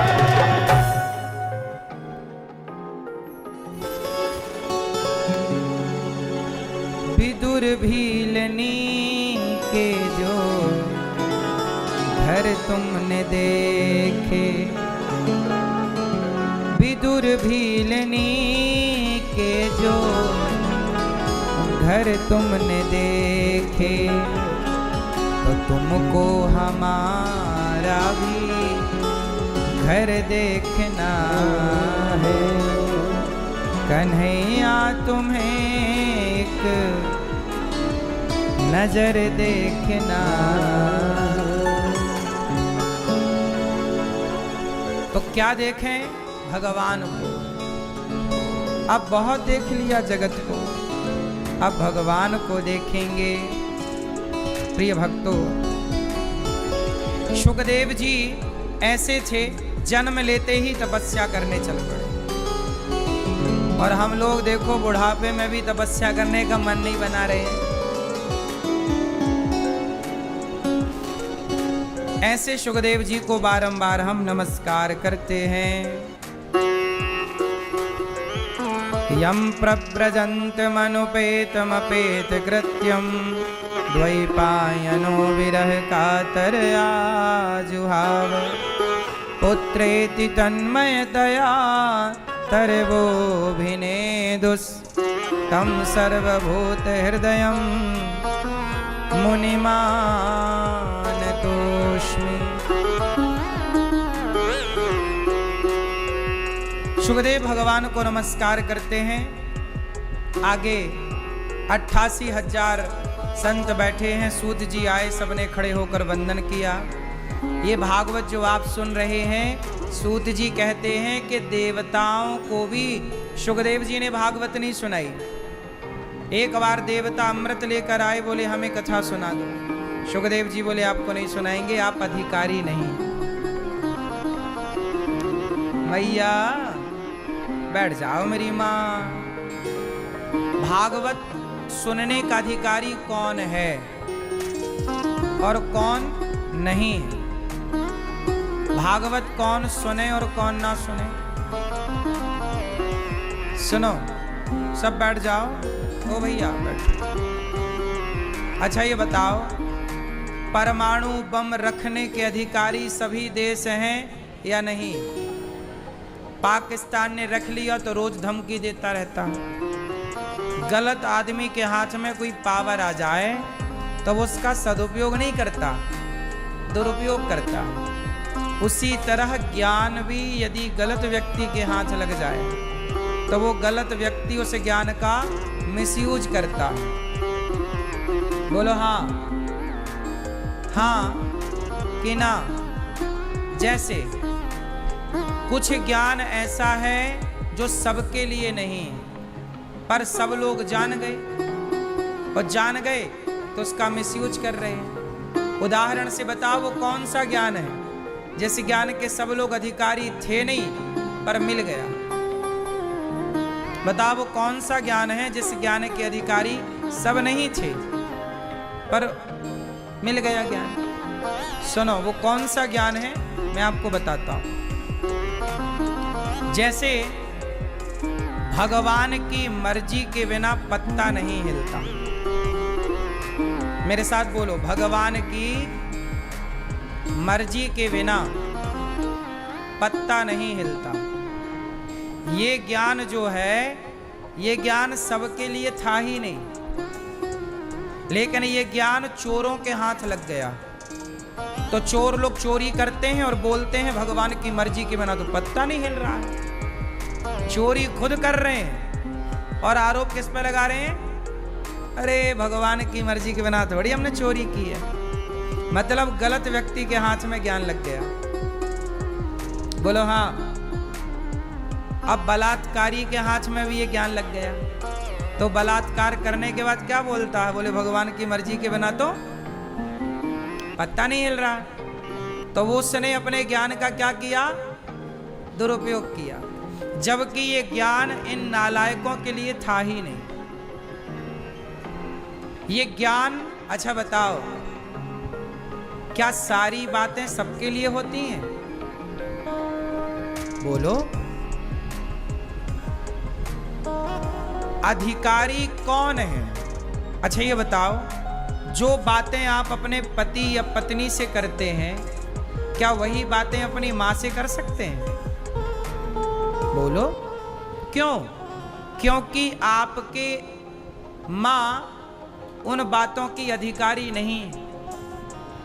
भाई, पति और पत्नी की बातें, जो प्रेम भरी बातें हैं, शारीरिक संबंध की बातें हैं, वो बात की अधिकारी केवल पत्नी है और पत्नी के लिए पति है। सारे लोग उसके अधिकारी नहीं हो सकते ना। आपके, चलो बताओ, आप बोलती हो अपने पति को आई लव यू, क्या इस आई लव यू का अधिकार दूसरा पुरुष इसका अधिकारी है? क्या आप दूसरे को भी बोल दोगी आई लव यू? बोलो मेरी माँ। आप अपनी पत्नी को कहते हो आई लव यू, क्या आप दूसरी महिला को बोल दोगे आई लव यू? क्योंकि दूसरी महिला उस आई लव यू की अधिकारी और दूसरा पुरुष उस आई लव यू का अधिकारी। बोलो हाँ कि ना? हाँ, समझ में आ रही है कि नहीं आ रही है? मतलब आई लव यू तो वही है, पर उस आई लव यू का अधिकारी सब नहीं है। बोलो हाँ। उस आई लव यू का अधिकारी केवल आपका पति है और केवल आपकी पत्नी है। इस शब्द का प्रयोग आप सबके लिए नहीं कर सकते कि पड़ोसी आई लव यू, पड़ोसन आई लव यू, ऐसा थोड़ी होता है। ये ज्ञान सबके लिए नहीं है। उसी तरह शास्त्रों का ज्ञान भी सबके लिए नहीं होता। भगवान की मर्जी के बिना पत्ता नहीं हिलता, ये ज्ञान सबके लिए था ही नहीं। ये ज्ञान केवल उनके लिए है जो भक्त हैं। जो भक्त हैं वो भक्त ये जानते हैं कि जो हो रहा है, सुदामा जैसे भक्तों के लिए ये ज्ञान था कि भगवान की मर्जी के बिना पत्ता नहीं हिलता। वो गरीब थे, भूखे सोते थे, पर वो शिकायत नहीं करते थे ना, क्योंकि उन्हें ज्ञान था कि जो है वो ईश्वर की मर्जी से है और आगे भी जो होगा। ये ज्ञान सुदामा जैसों के लिए था। लेकिन अब 2 कौड़ी के चोर को भी ज्ञान मिल गया तो चोरी करता और बोलता ईश्वर की मर्जी के बिना पत्ता नहीं हिलता। रोज चप्पल चुरा के ले जाता है यहां से एक चोर। आज एक चोर आया खाने और बिजली के तार वार कहीं पड़े थे, यहाँ काम चला, तार भरा झोले में और जाने लग गया। ले ज्यादा उसको कहो अरे महाराज भगवान की मर्जी के बिना तो पत्ता नहीं हिलता, अभी तो कहते हो। वो अपने को ज्ञान देने लग गया। अब लो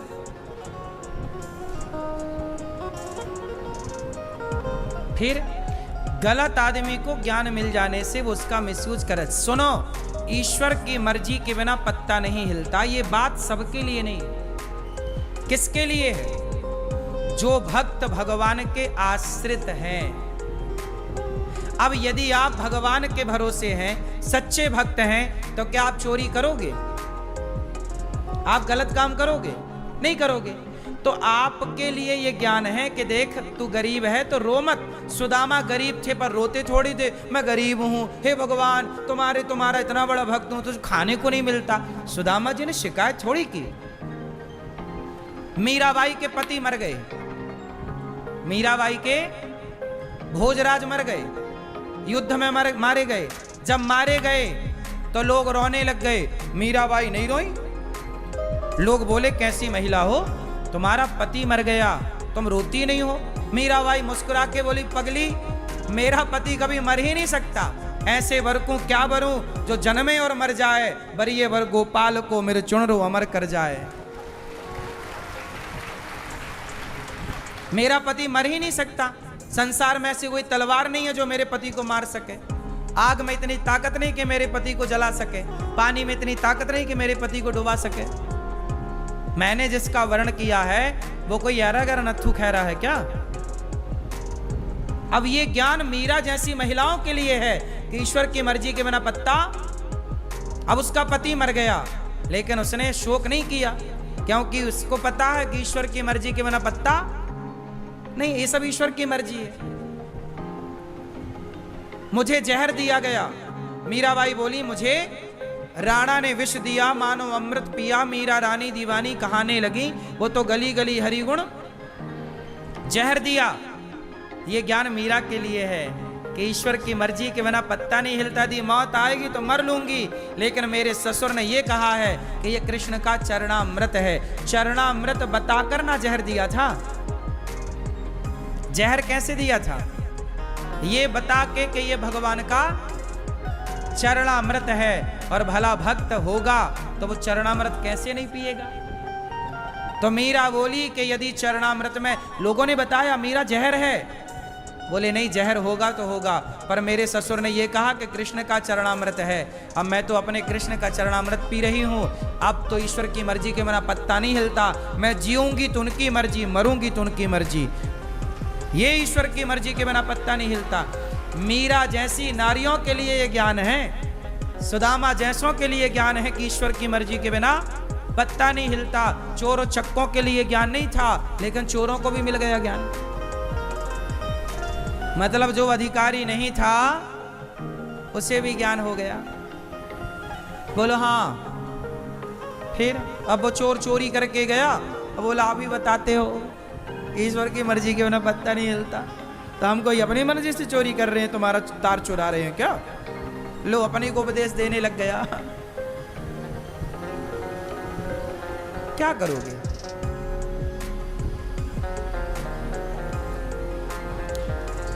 किससे लड़ें? फिर हम लोग मान लेते हैं कि ईश्वर की मर्जी के बिना पत्ता नहीं हिलता। ठीक है भैया, चलो हम तो अपना मान लेंगे और हमारी तो कोई दिक्कत नहीं है, पर तुम तो पाप के भागी बन जाओगे ना यदि गलत करोगे तो। ईश्वर की मर्जी के बिना पत्ता नहीं हिलता, ये बात 100% सही है।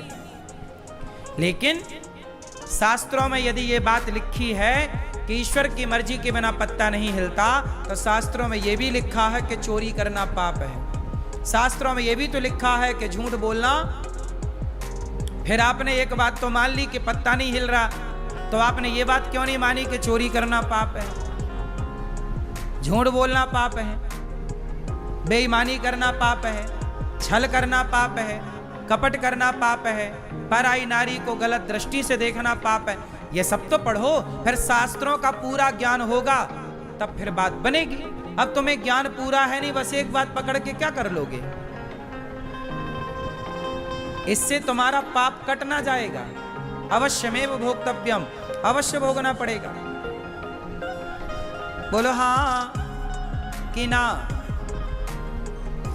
तो मेरी मां, इसलिए सुखदेव जी बोले, इंद्र आप इस कथा के अधिकारी नहीं है। सोचिए, भागवत सुनने के अधिकारी देवताओं के राजा भी नहीं है। जो भागवत देवताओं के राजा को दुर्लभ है, वो भागवत हम मनुष्यों के लिए सुलभ है। भागवत सुनने का अधिकारी कौन? जिसके मन में श्रद्धा है, भक्ति है, प्रेम है, वो भागवत सुने। जिसके भीतर श्रद्धा नहीं, भक्ति नहीं, प्रेम नहीं, वो भागवत सुनने का अधिकारी नहीं है। 7 दिन यहां से हम जो बात बताएंगे, जो ज्ञान देंगे, उस ज्ञान के सभी लोग थोड़ी अधिकारी हो जाएंगे। बोलो हाँ। आप में श्रद्धा है तो आप अधिकारी हैं। आप में भगवान से प्रेम है, प्रेम के अश्रु बहते हैं, तो आप इस ज्ञान के अधिकारी हैं। वरना ऐसे थोड़ी सब अधिकारी हो जाते हैं मेरी माँ सब ज्ञान के। क्यों? बात समझ में आई कि नहीं? चलो, देवताओं को नहीं सुनाई भागवत जी। देवताओं ने तराजू बांधी, भागवत जी का पलड़ा अब भारी था, तब इंद्र ने भागवत जी को प्रणाम किया। भागवत से भगवान प्रकट हो गए। जो भागवत सुनता है, मतलब आपको ईश्वर ने चुन लिया है। इसलिए यहाँ जितने पोथी पाठ कराने वाले भक्त आए, आपने भागवत नहीं सुनी, भगवान ने आपको चुना है इस काम के लिए कि चलो वृंदावन आओ और आप ये सुंदर आयोजन कराओ। आपने भागवत सुनी तो भगवान ने आपको चुना, आपने भागवत सुना तो भगवान ने आपको चुना। और सच बताएं तो जब भगवान ने आपको चुना, इसलिए आपने भागवत सुना। तब आपने चुना है ईश्वर ने, तब ना आप सुन रहे हैं। चुना नहीं होता, जितनों को चुना उनको यहाँ बिठा रखा है भगवान ने, धाम में बुला रखा है। आप वृंदावन कैसे आते हो? पैसे खर्च करके लोग आ जाएं तो सब आ जाएं। जब तक बुलावा बिहारी जी का, राधा रानी का नहीं जाता, तब तक इस धरती पे कोई आता नहीं है। बिहारी जी की महफिल को बिहारी जी सजाते हैं और वृंदावन वही आते हैं जिन्हें बिहारी जी बुलाते हैं। आपको बुलाए, आप चले आए। जो टीवी पर सुन रहे हैं, आप पर भी कृपा है कि आप भी नहीं आप आए तो कम से कम वृंदावन की बातें आप घर बैठे टीवी पर भागवत जी सुन रहे हैं। लेकिन आप भी सुन रहे हैं तो मुझे विश्वास है कि आपको भी भगवान देख रहे हैं, जल्दी बुलाएंगे, आओ। आते रहिएगा। प्रिय भक्तों, ये भागवत भक्ति महारानी एक बार उदास बैठी। नारद जी बोले, देवी कौन? नारद जी ना सारे तीर्थों में गए शांति पाने। भक्ति को उदास वृंदावन में देखा। कौन हो देवी? अहम भक्ति ऋतिख्याता मऊ में तनयऊ मतऊ। मैं भक्ति हूँ, मेरे बेटे का नाम ज्ञान है, मेरे बेटे का नाम ये वैराग्य है। नारद जी बोले, तुम कथम, ये रो क्यों रही हो? परेशान क्यों, उदास क्यों? कहा, महाराज मेरे बच्चे बड़े परेशान हैं। कलयुग आ गया ना, कलयुग में भक्ति महारानी तो फिर भी सही है। कलयुग में भक्ति थोड़ी सी है, पर ज्ञान वैराग्य बेचारे परेशान हैं। कलयुग में ज्ञान नहीं है। अभी हमने थोड़ी देर पहले चर्चा ज्ञान की कि सबसे बड़ा धन है ज्ञान। कलयुग में ज्ञान नहीं है, कलयुग में वैराग्य नहीं है। वैराग्य मीन्स त्याग। कलयुग में भक्ति है, आप लोग भक्ति करते हैं, लेकिन कलयुग में भक्ति के बेटे नहीं हैं, भक्ति के दो बेटे हैं, ज्ञान और भक्ति ज्ञान विराग आपतो विवेको वर्धते महान। ज्ञान वैराग्य बड़े परेशान हैं। आज ज्ञान की कमी है, लड़ाई झगड़ा क्यों है, तलाक क्यों हो रहे हैं, रिश्ते काहे टूट रहे हैं, क्योंकि ज्ञान की कमी है। क्यों जी, बात सही है? लोग गलत रास्ते पर क्यों चल रहे, शराब क्यों पी रहा है? हम तो नहीं पी रहे हैं शराब, आप तो नहीं पी रहे हैं शराब, कुछ लोग। क्यों?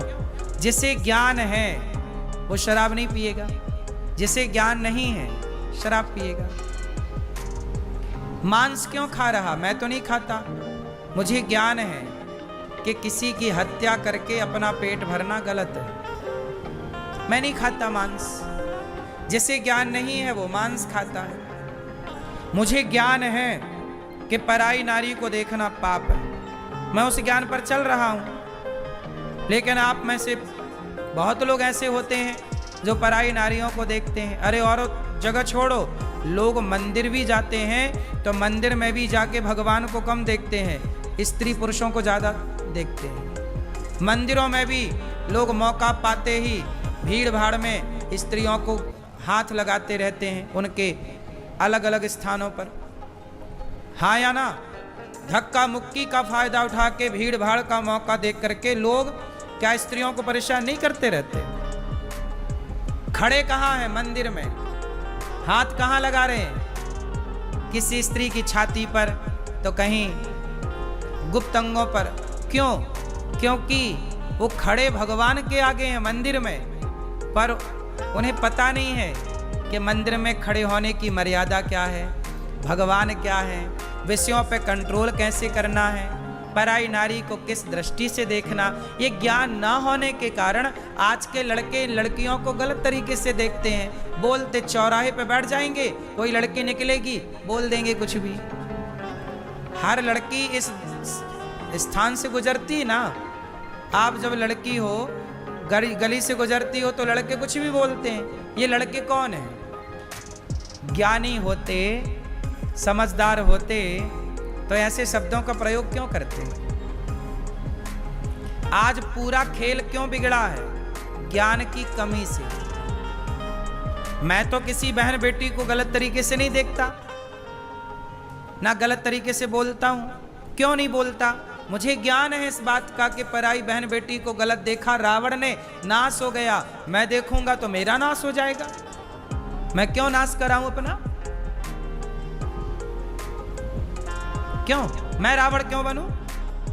मैं राम के रास्ते पर चलूं ना, कि राम ने भी तो सूप न खाई थी, बोल रही थी शादी कर लो, ऑफर दे रही थी, राम ने तो नहीं देखा उस नारी की तरफ। तो मैं राम के रास्ते पर चलूं, रावण के रास्ते पर क्यों चलूं? आज रावण के रास्ते पर चलने वाले लोग ज्यादा हैं, राम के रास्ते पर चलने वाले लोग कम हैं। राम के रास्ते पर चलने वाले हो जाएं, अरे तो व्यवस्था बन ना जाए, फिर कोई लड़की परेशान क्यों हो? फिर किसी लड़की का भला राम जैसी विचारधारा होगी तो लड़कियों के बलात्कार क्यों होंगे? बलात्कार तो तब होते हैं ना जब विचारधारा रावण जैसी है। इसलिए पूरा खेल ज्ञान का है। आज ज्ञान की कमी है समाज में। आज जो ज्ञान लोगों के पास है वो केवल पेट भरू ज्ञान है कि कमाओ पेट भर लो, बस, इससे ज्यादा कोई ज्ञान नहीं है। गधों की तरह आदमी काम करता है, पेट भरता है, बस, उसे कोई मतलब नहीं कि धर्म क्या है, अधर्म क्या है, क्या बोलें क्या ना बोलें, क्या देखें क्या ना देखें, क्या खाएं क्या ना खाएं, कहाँ जाएं कहाँ ना जाएं। धर्म का विचार नहीं। कलयुग है, मनमाना आचरण है, किसको समझाओ, कितना समझाओ?